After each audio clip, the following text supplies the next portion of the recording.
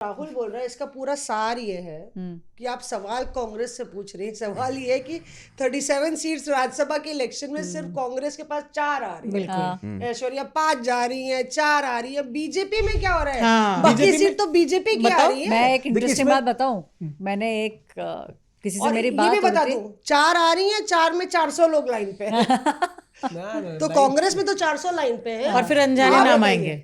मुझे ऐसा लगता है कि बहुत सारे लोग हैं जो बीजेपी के बिहाफ पर स्पोक्स पर्सन्स वगैरह जो बोलते रहे हैं, तो एक थोड़ा सा जो सुगबुगाहट है वो ये है कि हो भी सकता है कि किसी बहुत अच्छे स्पीकर को, जो पूल इनका स्पोक्स पर्सन्स का है, उसमें से किसी को राज्यसभा बीजेपी भेजे। हाँ, और ये भी बात आप समझ लीजिए, बिल्कुल सही बात ऐश्वर्या बोल रही है। एक मिनट उनको कंप्लीट करने दीजिए। तो ये जो मेरा जो असेसमेंट है वो ये है, और राज्यसभा के अंदर वो चाहेंगे क्योंकि मल्लिकार्जुन खड़गे हैं, तो हम जेपी नड्डा हैं, तो बीजेपी भी ये चाहेगी कि ऐसे दमदार स्पीकर्स को भेजा जाए, क्योंकि देखिए कुछ इंटरेस्टिंग बिल आने वाले हैं।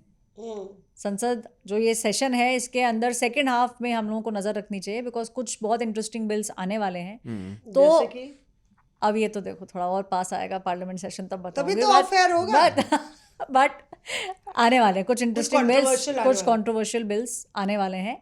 तो बीजेपी भी ये चाहेगी कि भाई आगे जो सेशंस होंगे, क्योंकि इलेक्शन 16 मार्च को है, उसके बाद जो दमदार स्पीकर्स हैं उनको भेजा जाए, तो ये बीजेपी की कोशिश रहेगी। ये तुम बताओ कि बिहार को अगर प्यार की बात करें तो एनडीए के लिए भी थोड़ी सी चुनौती है, क्योंकि यहाँ पर भी थोड़ी सी लड़ाई तो हो ही रही है, हमको दे दो हमको दे दो। बिल्कुल ऐश्वर्या, बिल्कुल हो रही लड़ाई, और एनडीए से ज्यादा बीजेपी के लिए चुनौती ये है कि एनडीए के जितने भी घटक दल हैं उन सबको साथ में लेकर चलना। और खटक दल है, खटकते हैं वो बात। नहीं, घटक नहीं, आप गलत सुन रही हैं।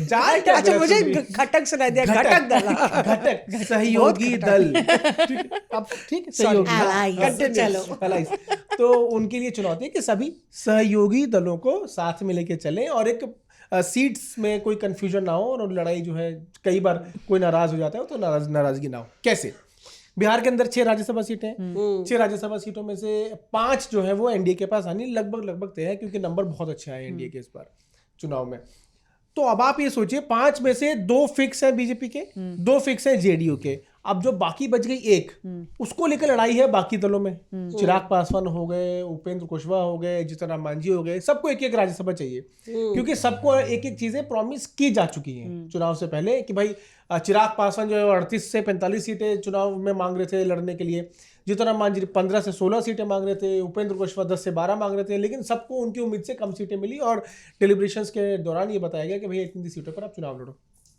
उपेंद्र कुशवाहा की आपको मैं कहानी बता रहा हूँ, आपको याद होगा कि महुआ की सीट जो है बिहार के अंदर, उसको लेकर कैसे वो लड़ाई हुई थी, झगड़ा नहीं कहेंगे, लेकिन नूरा कुश्ती चल रही थी उसमें। उपेंद्र कुशवाहा ने कहा कि भैया हम चाहते हैं महुआ सीट से हमारी पार्टी का जो उम्मीदवार है वो चुनाव लड़े। उसके बाद ये हुआ कि रात के 2 बजे बीजेपी के नेता उनको मनाने जाते हैं, उसके बाद उपेंद्र कुशवाहा दिल्ली आते हैं, उनकी मुलाकात अमित शाह से होती है।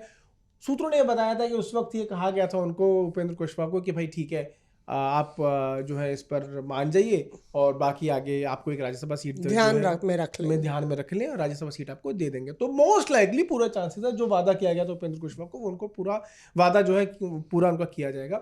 इसी के साथ साथ लेकिन जीतन राम मांझी को भी बहुत कम सीटों पर चुनाव लड़ा है, तो वो भी ये बात मान रहे हैं। तो कैसे आपस में सबको मनाया जाएगा, एक सीट किसको जाएगी, वो देखने वाली बात होगी। अब हम आते हैं महाराष्ट्र में, वहां पे 7 सीटें हैं। 7 में से 6 सीटें बीजेपी और एनडीए घटक दलों को मिल रही है, जिसमें से कि 3 बीजेपी के पास हो सकती है, एक हमारे रामदास अठावले जी के पास जाएगी, और बच गई 2। अठावले साहब वापस आ रहे हैं मोस्ट लाइकली, बिल्कुल पूरे चांसेस है कि उनकी भी खत्म हो रही है। ये तो बहुत अच्छा होने वाला है, क्योंकि अठावले साहब बहुत बढ़िया तरीके से बयान देते हैं। तो अठावले साहब वापस आने वाले हैं। इसी के साथ साथ जो एक सीट बच गई वो है, उसको लेकर थोड़ा सा चल रहा है भाई, किसको दी जाएगी, क्या होगा। शिंदे फैक्शन भी तो मांग रहा है, फैक्शन भी मांग रहे हैं, लेकिन 2 मांग रहे हैं ना वो। तो आप मुझे कितनी 6 हैं, 2 उनको ऑलमोस्ट मिल जाएगी, 3 पर बीजेपी, 5 एक अठावले साहब। तो इस तरह से एक बहुत इंटरेस्टिंग मैं आपको बताऊं, उड़ीसा में थोड़ा खेल इस बार होने वाला है। उड़ीसा में क्या होने वाला है कि 4 सीटें राज्यसभा की, 3 ऑलमोस्ट डन है बीजेपी की, कंफर्म है नंबर्स के हिसाब से। एक सीट पर सूत्रों ने हमको बताया, एक बड़े नेता से हमारी बात हो रही थी, एक सीट पर बहुत बड़ा खेला होने वाला है, क्योंकि पूरी कोशिश है वहां पर बीजेपी की कि वहां पर अपना उम्मीदवार ऑब्वियसली उतारेंगे तो है ही, लेकिन क्रॉस वोटिंग के पूरे चांसेस हैं। और इस बार चारों की चारों सीटें बीजेपी लेने की पूरी तैयारी कर चुकी वो एक सीट जो उड़ीसा। बीजेडी और के कांग्रेस पास मिलाकर, है, कांग्रेस मिला के मिलाकर। है। हाँ, तो जिसपे कह रहे हैं कि कांग्रेस की भी नजर है। नजर है, तो वही कोशिश यही है बीजेपी की कि 4 में से 3 तो उनके कंफर्म है, जो लास्ट सीट है उस पर जो है कुछ आप खेला होने देखेंगे, वाला है। डोप खेला मिला बड़ा रहा। खेला होने वाला है। ये लेकिन बीजेपी के तुमने सब बता दिया बंगाल छोड़ के। बंगाल नहीं, बीजेपी के जो राज्यसभा एमपी है आनंद महाराज, ठीक है, वो तो ममता बनर्जी से अवार्ड ले रही है, तो बीजेपी क्या करने वाली? क्योंकि उनके बदौलत नॉर्थ बंगाल में उन्होंने काफी सीटें भी जीती थी, इनरोड्स भी किए थे, 18% पॉपुलेशन है राजवंशी कम्युनिटी की, तो इसका क्या तौर है बीजेपी के पास अभी? एक सीट जो है वो ऑलमोस्ट बीजेपी को लग रहा है कि उनके हाथ में आ जाएगी, क्योंकि उसमें कुछ सीपीएम की भी नजर है उसके ऊपर। हो ये सकता है कि उस एक सीट पर बीजेपी एक महिला उम्मीदवार उतार दे बंगाल में ना, बंगाल में। उसका कारण ये है क्योंकि वहां पर ममता बनर्जी हैं और उनको टफ फाइट देने के लिए बीजेपी के पास आज भी कोई एक बड़ा महिला चेहरा नहीं है। कौन? डोना गांगुली? ने। डोना गांगुली? सौरव गांगुली की बीवी। अच्छा ओह, हो सकता है। हो सकता है। देखिए, बीजेपी इज अ पार्टी, इसमें आप कुछ नहीं गेस कर सकते, जो गेस करेंगे शायद वो गलत ही निकला है। जिनका नाम चल जाएगा उनको मिलेगा ही नहीं। अनजान ये कोई आ ये इन दोनों से बेहतर कौन जानता है? अभी अध्यक्ष बने हैं बीजेपी के, दुनिया भर के नाम चला दिए। सर्च करने लगते हो ना नाम लेके कि कौन है ये। नहीं देखो एक बार किसी ने ये कहा कि नितिन नवीन जी का जब नाम सामने आया तो एक पत्रकार से हमारी बात हो रही थी, शायद हम पहले भी ये बात बता चुके हैं, तो उन्होंने मेरे से बताया कि अगर मैं बैठकर गेस करता और 200 नाम लिख देता ना कि इनमें से कोई एक हो जाएगा, तो 200 नामों में भी नितिन नवीन नहीं होते। Reporters of.